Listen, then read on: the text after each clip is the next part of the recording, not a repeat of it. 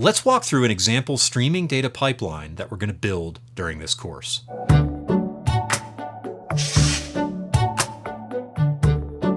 It's driven by a stream of events holding information about product ratings that users submit to our fictional company's website.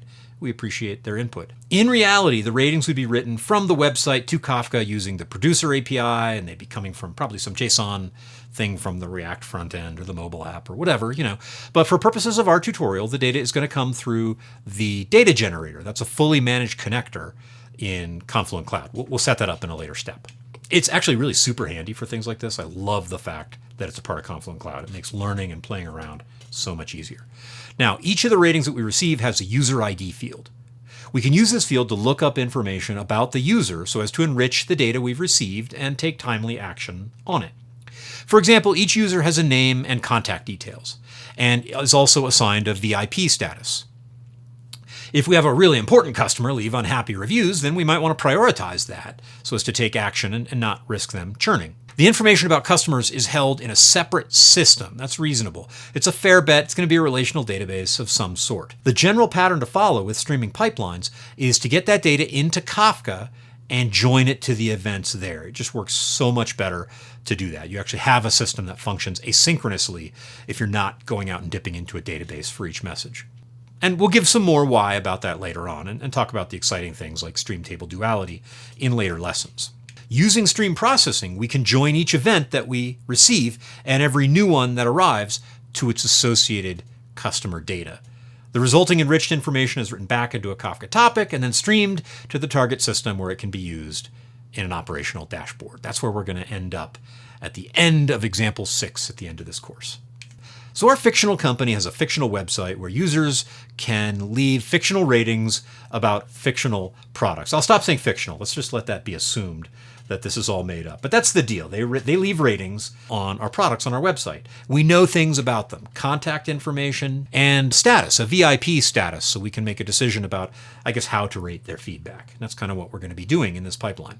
So there's a stream of events that's being produced by a data generator, and that data generator is implemented as a connector in fully managed Kafka Connect.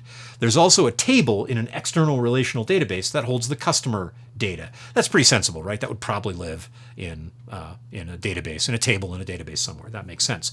And we'll want to bring that table in to Kafka. That's generally what you do. You bring the relational data in and do the join inside of the stream processing capabilities of Confluent Cloud. And we'll see how all that unfolds. Then we're going to write the resulting join data back into a Kafka topic and output it to a system on which we can build a nice operational real-time dashboard. First, we're going to create a new cluster. This assumes you're already logged in and you've entered your promo code, obviously. But we need to wait a little bit for the cluster to initialize. And a good way to do that is to go check the topics page. Create topic should not be grayed out. If it is, then wait for it to not be. And once it's not be, we can move forward. We'll also set up schema registry. Confluent Cloud provides the fully managed schema registry to hold details of the schemas in your data. We need to provision one before doing anything else. You can find a link to schema registry from the left-hand nav or from the environment homepage that we can see here. Follow the prompts to create one, choose your cloud and region, and you're all set. We're going to use ksqldb to do stream processing during this course. For now, you need to provision a ksqldb application for us to use later on. Click on the ksqldb link on the left-hand nav and follow the prompts for create application myself. Because this is just a sandbox application we're building, we can go with global access. It's just so much easier, and there's a lot of stuff you don't need to worry about. Give the application the name shown, and then click Launch Application. This takes a few minutes, so go get a cup of coffee or tea or stretch your legs, and we'll come back to it later to use for the next exercise. Now, do be careful with this because ksqldb costs something to run, to have that application running.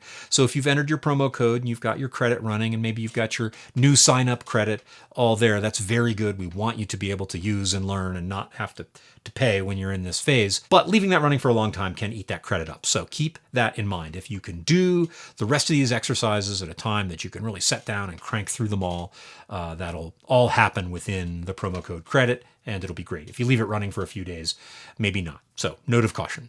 As well as Confluent Cloud, you're going to need to have a MySQL and Elasticsearch instance available. There are several options here, but the important thing is that they must be accessible from the internet. Can't just be on your laptop.